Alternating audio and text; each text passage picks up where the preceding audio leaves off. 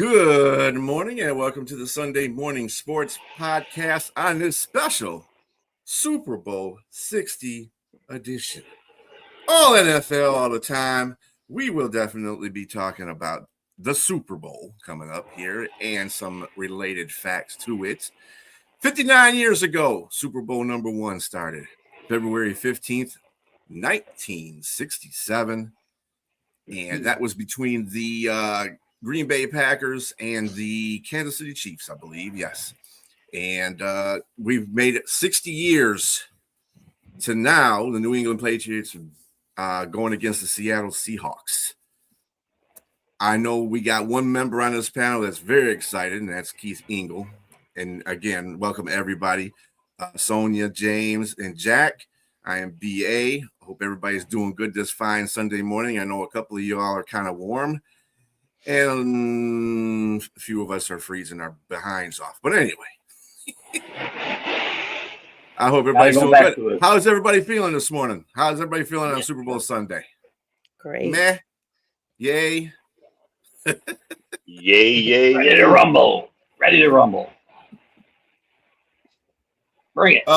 Just a by the way, just a little breaking news that happened. That's not Super Bowl related. But we gotta mention it.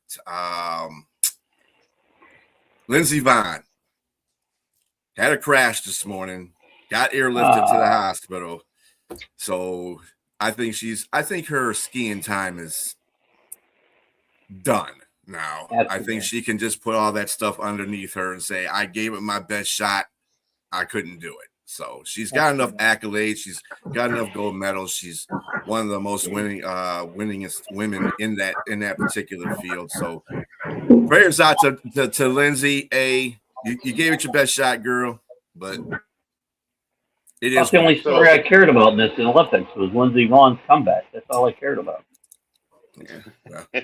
So I witnessed it. Oh wow, is there a pun here? So I witnessed that crash, and I heard her scream, man. It's just this was sort of predictable, honestly. I've torn 2 ACLs, and I know the grind it takes to actually come back from it after repair.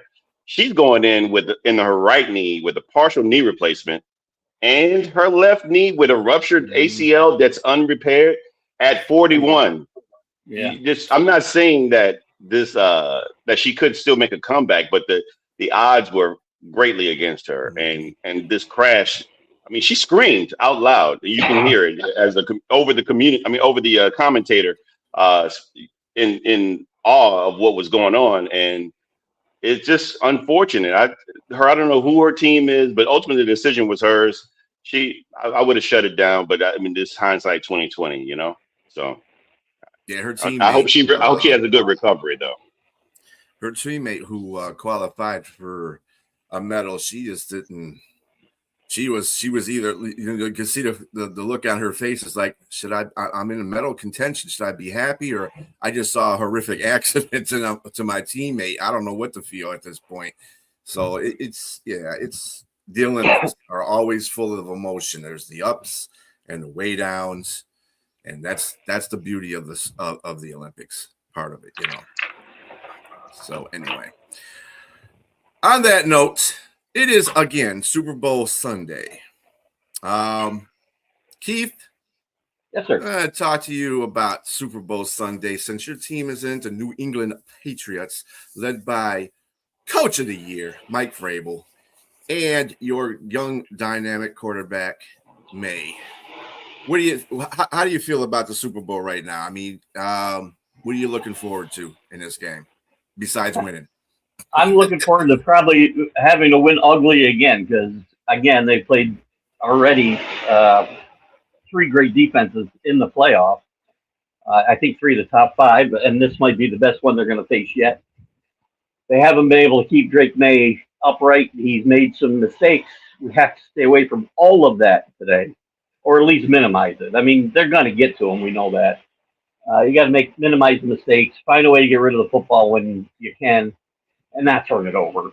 Run the football, minimize mistakes, and get to Sam Darnold on the other side. You got to get in his face, and they've done that in the playoffs with quarterbacks and rattled them. And as well as Sam Darnold played, and I give him credit for how he played in the NFC Championship game, you can still rattle. I still believe you can rattle Sam Darnold, and that's the Patriots' path to victory. I think it will be, if they win, it will be an ugly football game. Of course, if they lose, it'll probably be ugly as well because They lost, right? it could get ugly for them if they were to, start turning the ball over. I don't see that happening. But this, as good as these defenses they played, I don't think any of them are as good as this one.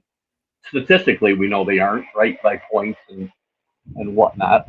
I don't think it's, this isn't one where I can go in and say, be really, really confident that we're coming out with a victory like I might have been during the Brady years.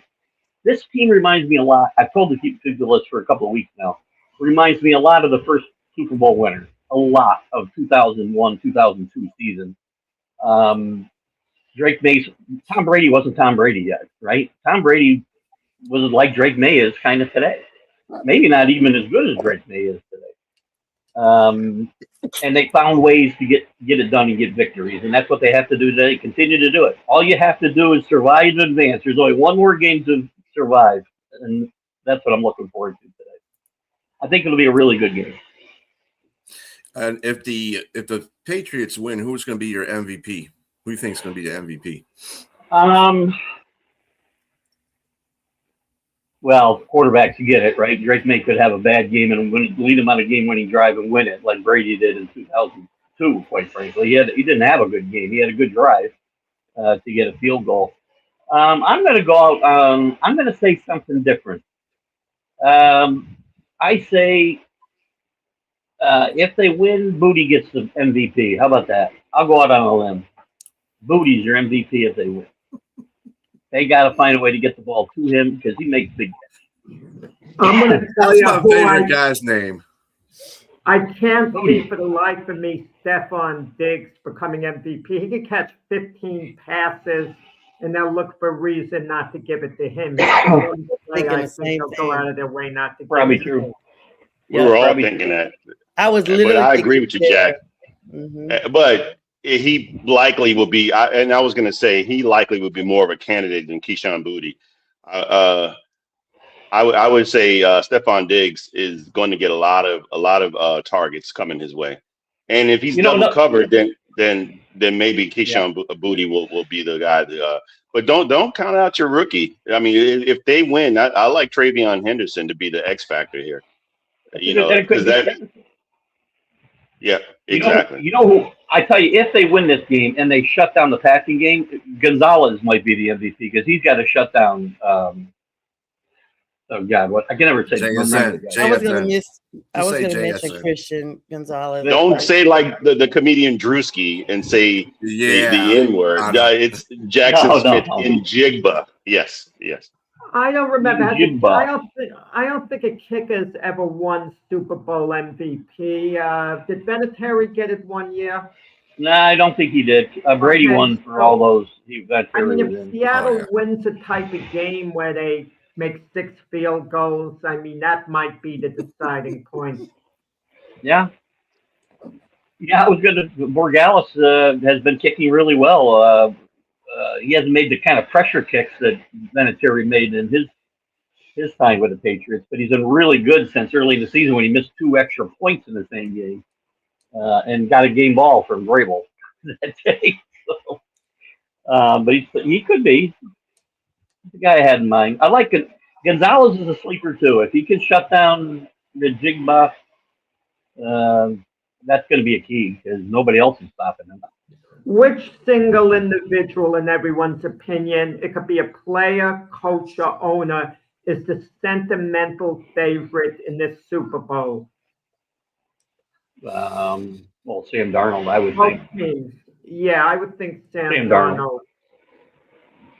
Yeah, I would go as far as saying, actually, you also mentioned it doesn't have to be a player. Mike Vrabel, the way that he's led his team in the first season to the top game of all time, like you've got to give it to him, Jack. Yeah, no, but what's interesting too? Everyone's making a big deal over Grable, the way they should. They absolutely should. But McDonald has done a tremendous job, and he seems to slip under the radar. All we're hearing about is Grable, and well deserved. But McDonald's the quiet guy here. Yeah, he's doing the hard work behind the scenes. It's kind of like the paralegal to the lawyer. The lawyer wins the case, but the paralegal's done all the legwork. Plus, he's calling the defensive plays too. I mean, I believe he's the first guy to call his own defensive plays to make it to the Super Bowl. I could be wrong, but I think I heard that. I heard that. It seems like he likes it that way. Yeah, I think he's a very quiet guy, but when they do put him in front of the microphone, he's very confident as well. So you can hear that in him, but he's just not a I need the attention type of guy. He didn't turn them around from 4 wins, but this team wasn't predicted to be, game breakers this year either and go to the Super Bowl. So he's not.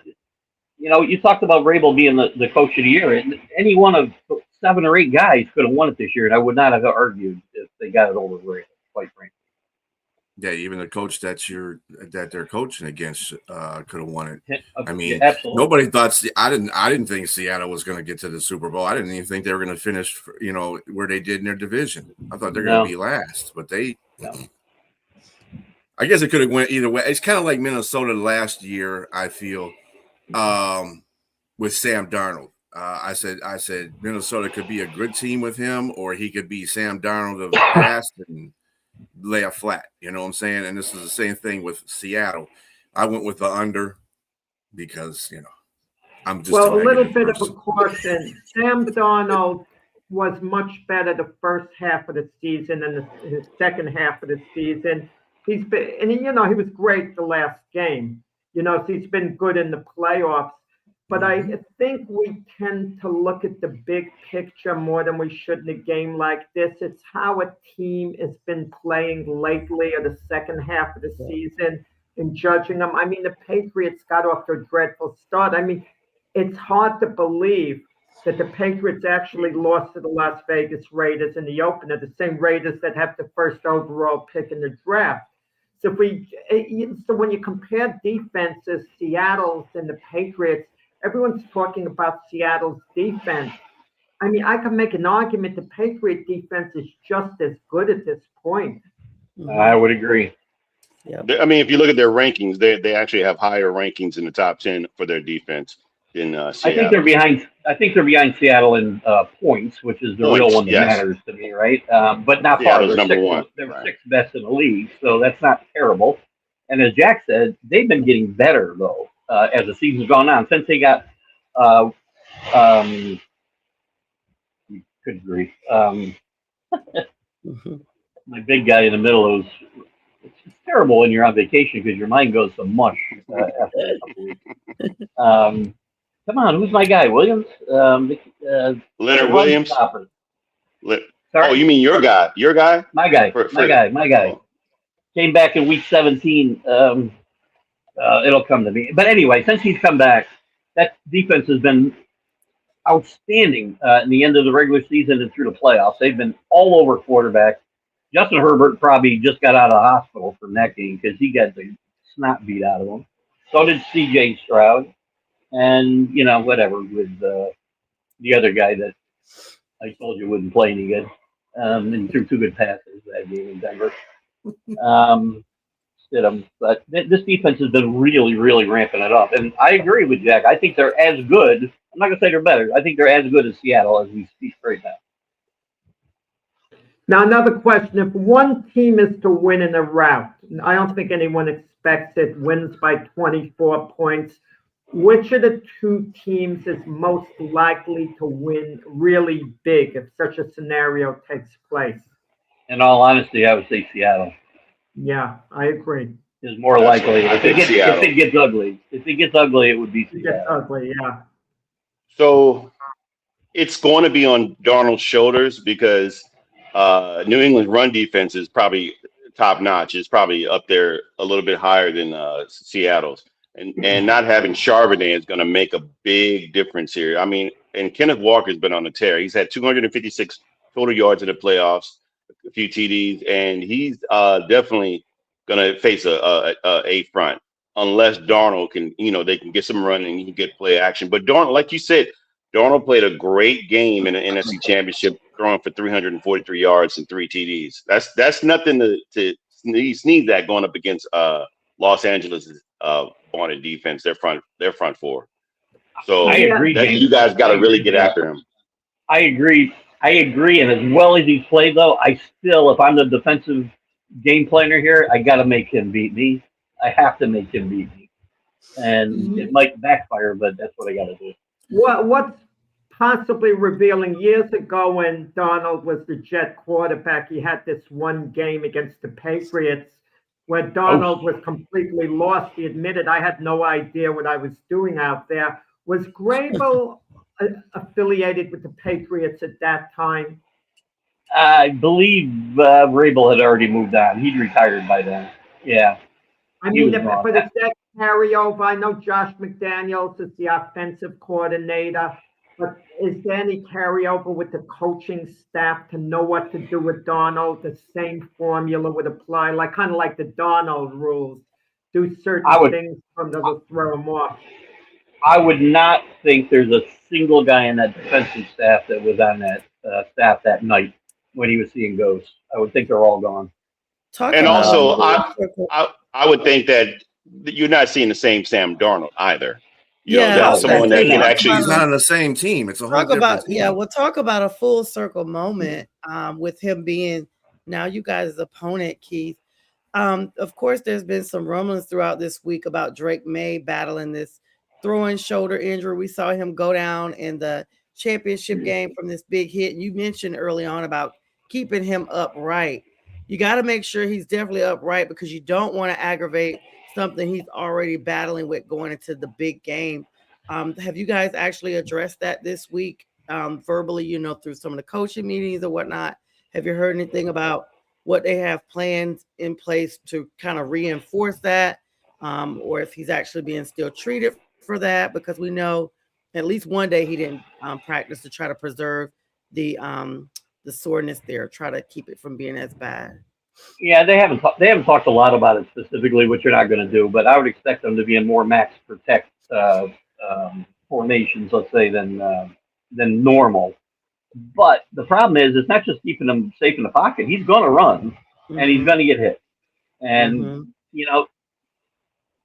if they lose, he's injured, that's not an excuse for me, right? You got to play through it. You got to figure out a way. It's the Super Bowl, and if his shoulder's hurting him, you'll never hear me use that as an excuse that they should lose today. But he's banged up, but a lot of guys are banged up after 20 weeks of football, right? So yeah. This is the Super Bowl. They have to have designed running plays for Drake May. It's the Super 100%. Bowl. You can't worry 100%. About injuries, getting hurt. This isn't the regular season. We got Josh. Same with Sam Darnold. The same with Sam Darnold. He's been dealing with that oblique injury. These guys, and everybody, both sides know what the weaknesses are, but everybody's dealing with injuries. So like he said, there's no excuse. You got to lay all the cards on the table and go. And like what Jack said, this is the Super Bowl. You got to play to win, because there's no second chances after this. It's over. Yeah, but I was just thinking, kind of like in the design runs that they were getting for him. Make sure he's still protected as much as possible. You don't want to make it worse. You want him to play the way he already is as much as possible because he is banged up. Everybody is, but this is your leader of your team. So you want to make sure that you got these extra reinforcements in. That was my point. And he does every now and again to make a big faux pas when he's under pressure, right? Drops a football, makes a bad pass here and there because he's a young quarterback that he still makes those mistakes. You gotta protect him for that reason as much as the injury too, because you don't want him making that big mistake at a crucial moment. They've got away with a couple in the playoffs where he turned the ball over in really bad spots and left the defense with a short field, and you don't want to do that today. That could be disastrous. An interesting question. Of the two quarterbacks, which one is more likely to get flustered under extreme pressure? I think it's Sam Darnold. I think. For me, it might. Go ahead, Jack. Go ahead, Jack. If Drake May would take off, he'd use his legs, he'd run, he'd get flushed out of the pocket. Donald would more likely throw the ball somewhere. 100%. Drake May can make busted plays into something positive. It's much harder for Darnold to do that. I think what you can do in a Super Bowl, though, with any player, tendencies seem to go out the window. I wouldn't be surprised if Sam Darnold did his best Drake May impression and ran out of the pocket. It's a Super Bowl. Players play out of their minds in the Super Bowl. I mean, you look at Jalen Hurts. That's a prime example. Dude doesn't do nothing during a regular season. But he gets in the playoffs and he gets in the Super Bowl, that dude turns to a whole different player. It's like, where's this guy been? You know?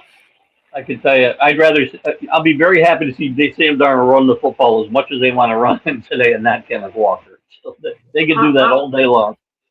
I'm going to tell you this between the two quarterbacks, even though this might seem like a contradiction of what we just said, I get the feeling that Sam Darnold has nerves of steel going into a game like this. Very focused, very confident. Beautiful.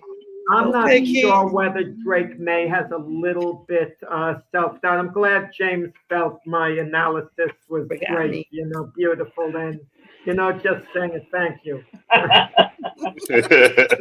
This dude here. But yeah, I agree with you, Jack. I think Sam Darnold is not going to be the Sam Darnold of 2024 when he was with Minnesota in the last two games. What he showed to me in that NFC Championship game, I think is going to carry over into this game too. And that's what's going to have to happen for Seattle to win. I mean, both teams are great. I think both teams are pretty comparable, but the most dominant, special teams. If I had to give an edge to a team, it's definitely going to be Seattle. And you're looking at Rashid Shaheed. To me, he's an X factor. Like if you go back to 07, the Chicago Bears versus the Colts when what's Hester. My man's name? Yeah, Hester. Devin Hester ran a kickoff return. So you got to be leery of that as well, and that could change a game. That can open up. That can change shift momentum, Jack. That can shift momentum. It can also just be the deciding factor of a game. So I can't get over Rashid leaving the Saints, the NFC South, going to that goes straight to the Super Bowl is just the Saints weren't good. They weren't going to be able to keep him, and they valued him enough to send him to a team that's, they didn't send him to a barren land like Las Vegas or anything like that. So, yes, exactly. So it was good. It was a good trade. And the Saints were compensated for it too. So it's not like they just had a charity gift there, to that team. They definitely got a fourth and a fifth for him. But yeah, I'm happy for Rashid Shaheed, and I'm glad he's in the position that he is. And again, who knows? He may come back to New Orleans. There's a discussion. He even said something like that. If Seattle doesn't lock him up in a contract, he's going to go somewhere, wherever the biggest bag is. So he'll definitely. I've heard a lot about Shaheed the last couple of weeks, and rightfully so. He's played great, but there's a guy on the other side named Marcus Jones, who, by the way, has run a few touchdowns back himself this year and has the highest punt return average in NFL history. Yep. So let's not forget that. Absolutely. So both teams have pretty good special teams. I do give the Seattle a little bit of an edge, though, I think, on the special teams side. Because of the defensive special teams are good, too. Chief, you're on your cruise now. You're not anywhere near the New England area, but what do you think the feeling is about Tom Brady's original remark, not having a dog in the fight? So when I have mixed feelings on it, let's put it in reverse. When Brady was quarterbacking the Tampa Bay Buccaneers before the Super Bowl, imagine a poll of New England fans saying they couldn't care less whether Brady won the game with Tampa Bay. I guess his feelings would have then been hurt. Possibly. I'm not sure why Tom did this. He obviously has mended some of the fences in New England in the last 3 years. He's come back for a lot of stuff, for his own retirement celebration and some other events. He'll be there when Belichick gets honored. He's already said that, and I'm a little surprised he went this direction. I don't think it's a big deal. I think Tom Brady's rooting for New England Patriots today. I really do. I don't care what he says. I think there's some uproar. That your original question, Jack, there is a lot of uproar in Patriot land because I've been on the message boards and they're all ripping them to shreds. To me, it's not that big a deal because I believe in his heart Tom Brady's rooting for the Patriots today. I agree with you there, Keith. But I mean, what he's a part of an organization that's not even affiliated with the Patriots. What is he supposed to say? I agree. I get it. That's why I'm not that worked up about it. I'm not worked. Tom Brady is like the pettiest guy ever. Anyway, to figure this, he is the part of the organization that basically, when they played them, he got the benefit of the doubt of the tuck rule that got them to that point. Because the doubt is they used the rule correctly. They used the rule correctly. Whatever. Okay, tell Charles Woodson that. Anyway, and then on top of that, Tom Brady's always been like that. It's kind of like his ties to Michigan. You know, you don't. He's a Michigan player through and through, and he'll tell you that on side notes. You know, he'll be a Michigan alumni through and through, but he's not somebody that's out there rah like Charles Woodson does all the time. Yeah, he didn't go there for nearly 20 years. He didn't go back for nearly 20 years. I don't know. That's because they misused him as a quarterback. But you know, I don't have any problems with that either because that was Michigan being an idiot. But big article when he did go back to Brian, he did give some props to the University of Michigan and to Lloyd Carr for making him the quarterback that he is today because he put the chip on his shoulder that he played with his whole career. Mm-hmm. There you go. Yeah. And just on top of that, but Tom Brady, he's just a petty guy. And for the fans, they're dragging him because he wasn't committing either way. He's a sportscaster. Now he's an analyst, so he can't really. I mean, it's kind of like the Tony Romo factor, the Troy Aikman factor when they're doing their teams as analysts. It's you got to kind of be professional in that sense. And to drag Tom Brady after this dude won 6 Super Bowls with him, come on, his fans are idiots. I don't understand that whole stupidity with that. The man, you have to have been there. Believe me, they're bad. It's bad. They're the worst fans in the world. I can tell you from being in those stands, they're the worst fans ever I've dealt with in my life. I had season tickets there for 10 years, long before the Super Bowl run, the run in the 80s. And whoever wasn't playing quarterback was who they wanted to play quarterback. It didn't matter who it was. They wanted the guy who wasn't playing. And they're just going to be the worst fans in the world. That's I just why think fans, the majority of fans, not the majority, I would say 50% of the fan bases of all of our teams are idiots. I mean, thank you, Brian. It took you a while to come around, okay? I mean, I'll tell you this. Who cares about reputation? These guys could have the greatest reputation. They could be man of the year in the NFL, this and that. And you could do that for 20 years and you make one little remark, okay? And they'll flush it down the toilet. You saw that at New Orleans with Drew Brees, everything he did for the community. Yes, one thing he says taken out of context and reality, and the people in New Orleans were ready to discard him for a while. I don't know where Drew Brees lives. Does he still live in New Orleans? I don't know. But if that were me, I would have moved out of New Orleans. Screw you. I'm moving elsewhere. Who gives a darn? Don't worry about reputation if you play it. Get your money, get your paycheck. You try to win. You do everything you can for your team. You be polite to the fans. But all this fan affection, they'll turn on you at snap of the finger. They were even turning on Derek Jeter in New York when they tried to create a narrative that he was selfish, asking for more money in a contract. They will turn on anyone, these fans. Like a pack of dogs. Jack's neighbors are packing his stuff up. I like Sonia. Sonia said it's like a pack of dogs. Good morning. Good morning to my brother. I see he's watching. He's a big Patriots fan, Keith. Thank you, Attaboy. This morning. What's his name? Marcus just made a comment. Yeah, he's been a Patriots fan since he was a kid, so he's not a bandwagon. He's my favorite guy on the show today. When I thought of Marcus, what did I think of Eartha Kitt when I said that? Eartha Oh, Kitt. yeah. Nobody. Oh my goodness, we're talking about. I got that reference. I don't think Jack or Keith has ever seen that movie Yeah. Boomerang with Eddie Murphy. You used to tease know. Marcus and say I've seen that. Boomerang. No. I've seen You seen Boomerang? Yeah. My Kid was in that movie? gosh.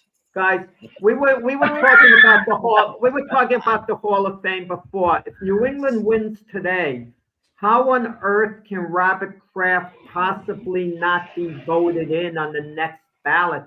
You can't put Belichick ahead of him next year if the Patriots win the Super Bowl this year. They have to go in together, or you can't have Belichick without Kraft.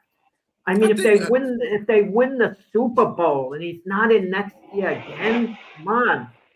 Why I do those guarantee Being in a guys? Jack- Super Bowl, just like Keith alluded. Why does he need to win this one to get in? Right. I don't understand. He doesn't No, need no, to win it's this If they- long ago. I'm saying, how on earth can they keep him out? Even if they do not win, the fact that they got to the Super Bowl this year, and the fact that there was so much controversy with Bill Belichick not getting in, I guarantee, I'm calling them right now. They're both going in together, hand in hand, stride and stride, next year in 27. They're going I don't know what to go in. You would have guaranteed Belichick would have gotten in this year if he asked you that a few weeks ago. So you never know what the heck's going on. Not you individually. We never know what the heck's going on. When is Tom Brady eligible for Hall of Fame? 2 years. 2 more years. 2 years. And I don't know what criteria they're looking at changing, but why are the Krafts and the Belichicks up against veteran players that didn't get in for the last 30 or 40 years? I don't understand how that. First of all, let's not make this about the players, because the players are on a different level than the coaches and the owners. That's what I'm saying. Why are they competing against players? It's not about competing against them. That's the problem that I'm having with this whole conversation with that. It's not about that. They are competing, Brian. No, but they are in the section they were in. They were getting they're votes players. from the same let guys the as players, the players getting in the Hall of Fame. Let the coaches and the owners get in the Hall of Fame. It's not got nothing point. to do with one or the other. It's got to do with the fact that the sports writers that are doing this kind of stuff are petty as hell. That's all there is to it, and they need to change the rules. But they shouldn't be competing against players, which they were. The two of them were competing against Roger Craig, Kenny Anderson, and Elsie Greenwood for votes to get in. They had to get 80% of the votes against those 5 guys. They shouldn't be in the same category. You're saying the same thing, I think, Brian. But they shouldn't be, because it's these guys make the rules. Whoever the committee is that puts the Hall of Fame criteria and voters together, right? The NFL that does that. People are blaming the. I love people who are calling out the NFL for it. The NFL has nothing to do with the NFL Hall of Fame. Nothing to do with it. Like Major League Baseball has nothing to do with Major League Baseball Hall of Fame. Nope. So that's why they call it the Pro Football Hall of Fame, not the NFL, right? Correct. Yeah, they just need a whole new way to do this Hall of Fame. That's all they need to do. I agree. One of the things that took place, the forgotten man of today and all this, is Gerard Mayo, who was the coach last year, and Robert Kraft moving on from him. Could have been very controversial, him being a black coach, Gerard Mayo, having only 1 year in, and you want to give these coaches time to grow on the job. I think it was more move with Robert Kraft being able to get Mike Vrabel. If Mike Vrabel wasn't available, Gerard Mayo, I believe, still would have absolutely been given another year by Robert Kraft. 100%. But how would the Patriots have done with Gerard Mayo? That's the question. If they went from 4-13 to 9-8, the fan base would have been okay with that in the second year, Gerard Mayo, because they would have felt there was an upswing. How might the Patriots have worked out with Gerard Mayo? Maybe that's an unfair question to ask. It doesn't do Gerard Mayo justice, perhaps. So I also don't. They have a much different roster if Mike Vrabel's not there, because a lot of his guys, Landry and Davis and guys like that, would not have been here. I still think, regardless of the situation and outcome of where they are today and this year, that, like in the beginning, to me, I argued this, that it's still controversial, regardless of how bad Mayo played, because I've seen other coaches that were just as bad get opportunities to, like you said, Jack, had Vrabel not been available, he like, and by all intents and purposes, for all intents and purposes, he probably would have been the coach this year. But I agree with Keith also that he probably wouldn't have had all the players that he's had, and they might not have fared as well as the way they are today. But the only problem I have with that particular thing is that you're looking at there were no black coaching hires this year, and again, we are in a league that has 70% African American that play the game, and it's still still having an issue with guys that aren't getting coaching. The rule's a joke. It's just what it is. It's a joke. The Rooney Rule's a joke. Look at the Patriots, and again, I'll call them out on this. When they hired Mike Vrabel, they brought in minority candidates that they would never have hired in a million years. There were guys nobody else was even interviewing. So it's they made it's just to say that they met the requirement of what the rule is to bring someone in just to placate. So they said, hey, let's check this box. We actually did this. And now let's go ahead with our hire. I mean, we see it across. They didn't even make it. To me, they should do away with the Rooney Rule because the case in point would be Jerry Jones. Jerry Jones hasn't hired a black head coach. He's the owner. That's his right. He could hire whoever the heck he wants if you're owning a team, whatever. You can't force the coach on an owner. But why have the Rooney Rule? And it's demeaning to the guy being interviewed. Unless he feels he can come up with such a good interview, it might get him another job in the organization, which means money and security from down the road. But I think the Rooney Rule was a good idea when it first started, but it's run its course. It really has. He's figured out how to get around it. You can't force an owner to hire a particular coach. I'll tell you, I've never seen a team more blatantly flaunt the Rooney Rule than the Patriots did last year, though, because I can't name. I guarantee you, nobody on this panel, looking it up, can name one guy that was interviewed. None of them have ever been interviewed before, and none of them will ever be interviewed again by an NFL. But I don't blame Robert Kraft. He got his guy in Mike Vrabel, the best. I understand. I'm only talking about the rule being a joke. Yeah. That's all. That's all I'm talking about. Listen, I guarantee you what I know about Bob Kraft. He is not happy that he had to let a good, loyal soldier like Jordan Mayo go. He still feels bad about firing Pete Carroll 30 years ago. So I guarantee it wasn't easy for him to do, but he knew he had to move on, and he only have one shot at it. With the Rooney Rule, I would just focus on a handful of organizations that haven't hired a black coach, like the Cowboys, the Giants, and investigate, well, what's the reason you haven't done it? If you have a great candidate like Mike Vrabel, you hire Mike Vrabel. That's your guy. You're hiring the best possible guy. But some of these other hirings, like Brian Schottenheimer, they don't exactly bowl you over. Not that he's not a good football man, Brian Schottenheimer, but come on. I mean, but Jerry Jones, hasn't. The Giants haven't.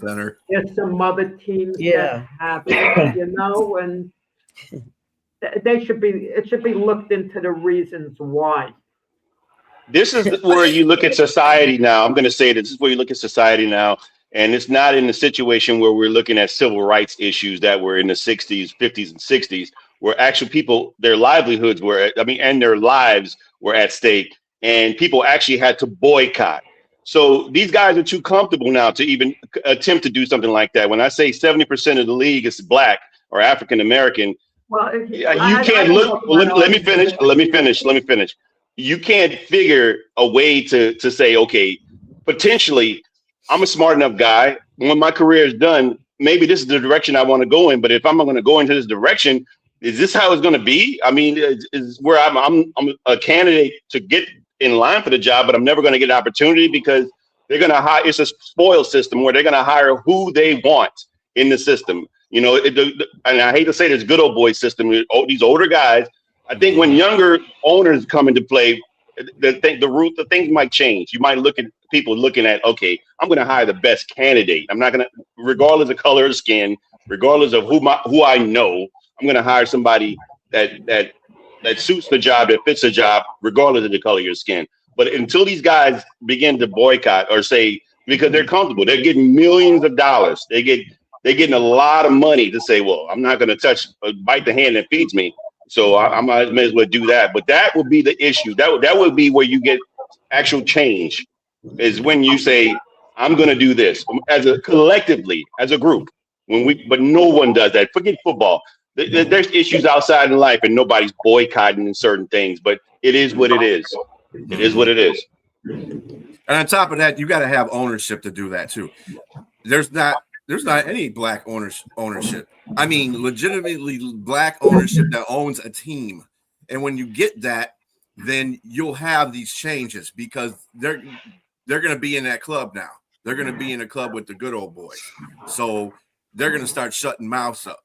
And that's what they need. This is what needs to happen. A black owner needs to take over a team. I mean, whatever. Yeah, I agree with what you. I agree with all these arguments. The only argument I don't like coming up, I don't want to hear that 70% of the players are black as a reason, because then I could throw this, and I'm playing devil's advocate now. I'm playing strictly devil's advocate, not my opinion. I could say, well, 95% of the people in the stadium are white. And I could, that doesn't justify white head coaches. Not at all. It's just like the amount of players doesn't justify. You want the best person on the job. And certain owners, like I said, like Jerry Jones and the Giants, you could sense something there that, I have to disagree with your analysis there, Jack, because the fans aren't playing the game. They don't understand the intricacies of the game. Most guys who coach, most guys who coach are former players. Most guys who coach are former players and stuff. I agree with you completely, but the bottom line is this with the owners at the end of the day, it's about money to them. They don't care how they get money. They want to win, but winning translates into money for the most part. Yeah, I would agree with that. I think it's really sad that we have a sport that is supposed to be created for unity and fun and all this stuff, and we don't see that because we still can't escape the norms of society, such as what we're seeing here, the obvious separation. And I just think that it's almost like this has been an age-old issue. Like this is an age-old issue, like before our time.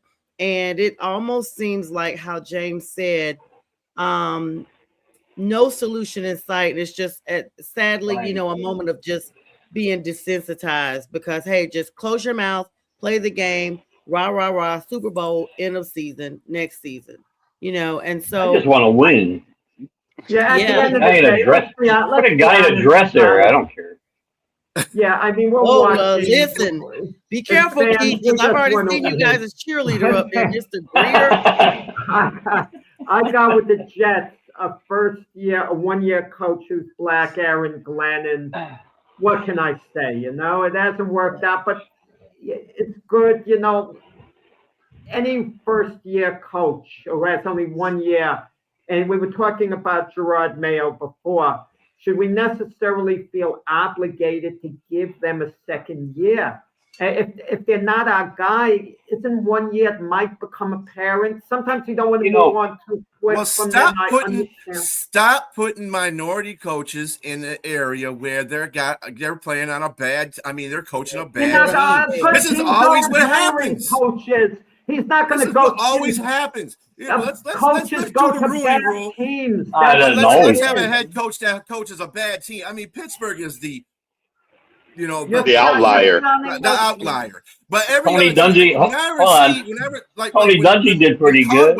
Jim Caldwell did pretty good. Yeah, well, Jim Caldwell was under Tony Dungy, but Tony Dungy, I agree with you with Tony Dungy. Tampa Bay was garbage before Tony Dungy got there.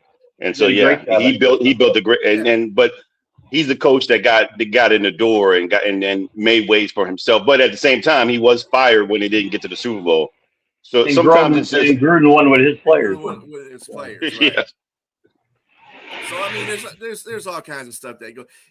Like I said, Jack, I if it's about the color of money, That's what it should be about. Green. Shouldn't be about black and white. Everybody should have a fair shot at whatever the heck that they have to do. Be an owner, be a head coach, be a GM. I mean, we got plenty of black GMs.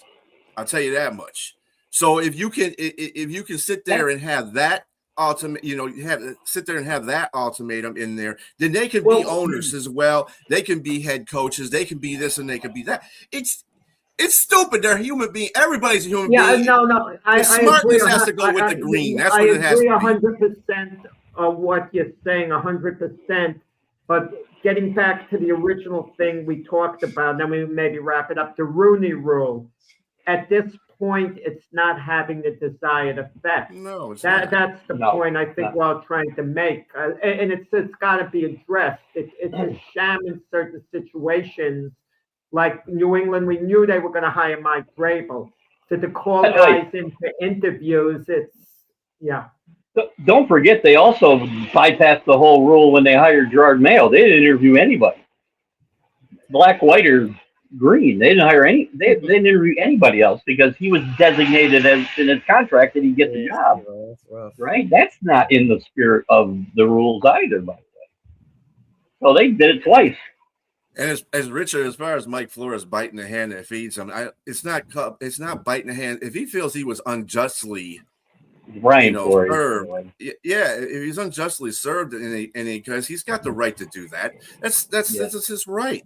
I mean, if the NFL is going to act like a bunch of boobs and not let him have a head coaching job because of that certain situation, then that's too, it's idiotic to me. Well, Brian Flores did it to himself. Now he's the one. No, he didn't do it to himself. Oh, absolutely. The owners of Bozo. You're suing the owners. You're accusing them of telling it to tank games. You're accusing them of something they do on a normal basis, Jack. That's the point. I like Brian Flores refused to tank games. That's why he got fired. There's a good chance I would hire Brian Flores because I think he's a heck of a coach.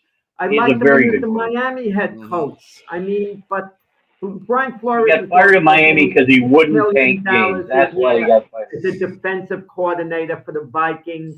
So Jack, he wasn't supposed to say anything. He wasn't supposed to say anything about what happened. Nothing. He did not get the Giant job.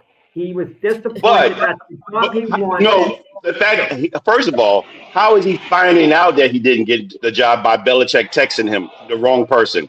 How is that? How does that even happen? He has a right to be upset not getting a job. I mean, we don't know Belichick. How he found out? Hold on, Jack. Hold on. How he found out was egregious. Bill Belichick accidentally, and I think Bill Belichick was not. I think he didn't accidentally text the wrong person. Him and he went under. I guess Brian Dable when he got the job, he meant to text him, but he texted Brian Flores and said congratulations. So if I find out that you're texting me that I'm not getting, I'm thinking I'm getting a job here, but you're texting the wrong person. How do you know that? Right. How did you get this information? Right. That tells me that this is a system that's set up. Hey, I forgot about that. I tell you something. I kind of want to wrap this up so we can get to what who we feel is going to win the game. For the last. Is there a game today? There's a game today. I think this is obviously an appropriate comment, being the fact that it is Black History Month and we're having this conversation. So I mean, it fits in well. It fits in well. It fits in well. And like me, I'm gonna tell you something. Me personally, I don't believe in Black History Month because Black History Month is 12 months, 365 times a year, 24/7. So that's me. I grew up in that kind of thing. So it doesn't make a difference to me. But anyway, last 10 minutes. I want to hear from everybody who you think is going to win this game. Sonia, you're first. Seattle or New England? Who you got? And who's your MVP? Unfortunately, Seattle will probably win. My MVP will probably be, because they normally take it from the winner, right? You never have an MVP from the losing team. Okay? One time. Chuck Howley. Yikes. Who was that? Chuck Howley. I think Chuck Howley was the only guy to get it from the losing team. Dallas Cowboys against the Colts. Check me, Jack. Yeah, all right. So that was Super Bowl 5, I think it was. Yeah, it was. Let's be clear. I want the Patriots to win, but because I know Statistically, they may not. I'm sorry, Keith.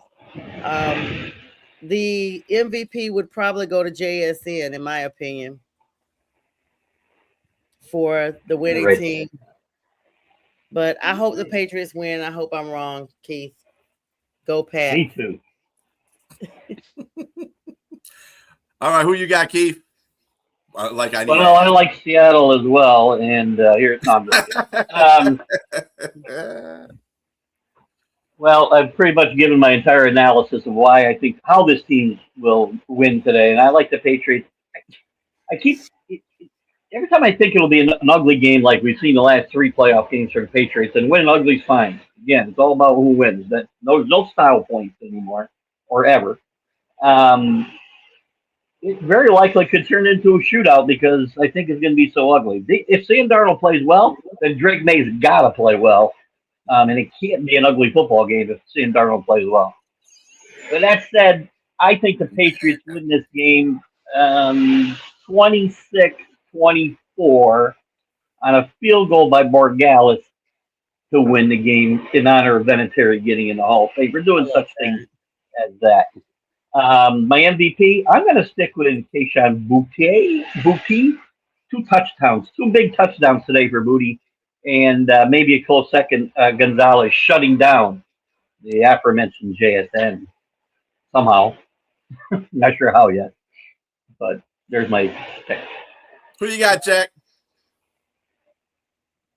I think the Patriots have better individual pieces than Seattle. I mean, we think of Seattle as a unit, but I like the individual pieces. I like the Patriots 23-17. I think Stephon Diggs has a great game, but Drake May gets the MVP, and then we're going to hear the racial angle involved because it should have gone to Stephon Diggs, and then the NFL is going to have to answer that.